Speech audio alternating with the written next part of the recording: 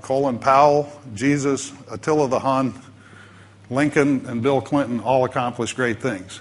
But I don't believe any one of them ever led a lean transformation. And so I think that, that understanding exactly what you need to do is more important than philosophical, inspirational leadership. So I want to talk a little bit about what you actually do in terms of leading a transformation of your business.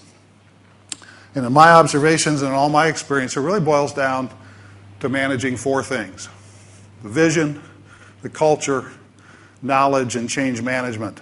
And the first and most important step is defining why you're in business. Really understanding, why do you exist? So if an employee asked you, what is the purpose of your business? Why are we coming here? What are we trying to do? The first and most important question of the leader is, how would you answer that question? What would you tell them? And you think about what the answer to that is, then think about, if you were that employee, would that answer fire you up? Would you can't wait to get up out of bed on Monday morning to go charging off to your place of work to help achieve that vision? And if the answer is maximize shareholder value, I have an idea the answer is no. Ask yourself, what's your commitment to your employees? What is your promise to them? What are you willing to do for them? How committed are you to your suppliers? What's your commitment to your community, to New Zealand? What's your commitment to your customers? And if you answer each of those, how well would you succeed if their commitment to you was exactly the same? Danny talked about the company that I've worked with quite a bit, the Wall Clipper Company. Wall is an extraordinary company. Wall has grown their market share selling hair clippers in the United States from less than 20% to over 80% over the course of the last 6 years. Along the way, they've raised the average price from $15 to $20 a clipper to $25 to $30 a clipper. And they have done that competing 100% against Chinese manufactured products from names like Remington and Conair and big names. Now, how does a Made in America consumer products company virtually double the price of their product and take all the market share from Chinese manufactured products? Greg Wall makes sure everybody understands that all decisions are equal parts head, heart, and gut. Yeah, the numbers are important. That's a third of it. The second part is your gut. Does this make sense? Don't do anything stupid. And the third part of it is your heart. Is this the right thing to do? Can I live with this? And people are driven by his one mantra, all the managers there: don't ever make me apologize for the Wall Clipper Company. Okay? You can make a dumb financial decision and keep your job. But if you ever do anything that causes anybody to question the integrity of the Wall Clipper Company, you're fired so fast you won't know what hit you. But it's a different way of managing. They haven't had a layoff in over 40 years, which precedes anybody who's working there now's history. So how do you become like Barry Waymiller, Wall Clipper, SC Johnson, these kinds of companies that make extraordinary amounts of money and at the same time have made an extraordinary commitment to the people in and around their companies? Well, if an employee asks you what the purpose of your business is, step one is usually to change how you answer that question, because they would answer it with something a lot different than making money and increasing or enhancing shareholder values. You have to set a very specific objective. A statement like this, where you say, our goal is to provide superior value to our customers in order to maximize long-term value for shareholders and simultaneously provide security and value to our employers, suppliers, and the community in which we operate.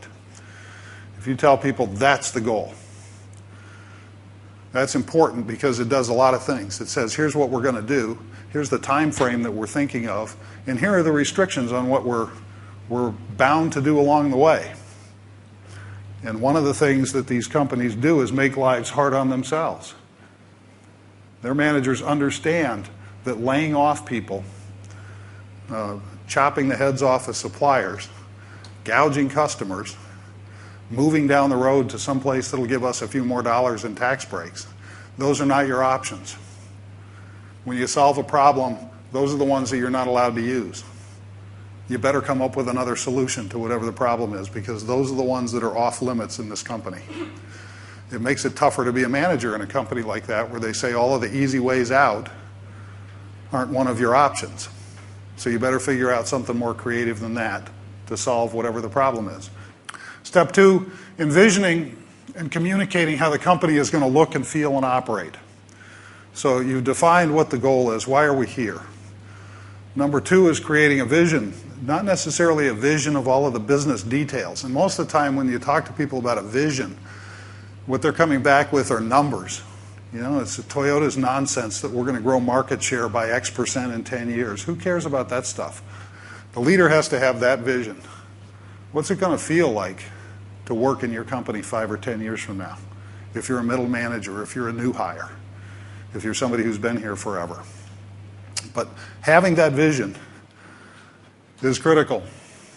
Culture is something that gets talked about quite a bit. And it's interwoven into everything that I've said here today. But creating the culture where you have everyone in a leadership position. Nobody's knowledge and skill is more important than anybody else's knowledge and skill. It takes all of them. It usually starts at the top, and what it really means is putting egos in check. The biggest downfall or failure of leadership in all of my experience and all of the hundreds of companies that I've been in is chief executives with overinflated egos. Now, as somebody said, here's the line that prevents me from getting invited back to an awful lot of companies. We're going to talk a whole lot through the next couple of days about what's waste and what adds value. CEOs are 100% waste. You don't do anything. CFOs are the same. In fact, anybody who's got vice president or director anywhere in their job title, you're waste. You're not helping. There's nothing you're doing to create value for customers. The only measure of you is what are you doing to enable the people who are adding value to do it better. And if you're not helping them create more value for the customer, then there's no point to you being there at all. So this idea that the whole world comes to an end if the CEO falls over dead is silly in most companies.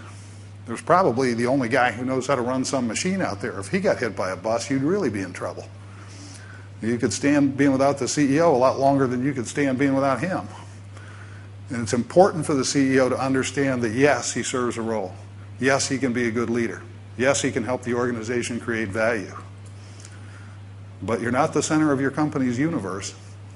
It's the people who are actually creating value and doing things for your customer who are the center of your universe. And having that understanding and mutual respect for those people is a critical element of the culture. There's a Japanese philosophy that views time much differently than in Western countries. And it's essentially one that says, yes, it's a crime for an employee to steal his employer's time. If you're paying me by the hour, then shame on me if I'm not giving you my very best effort for every hour I'm being paid for.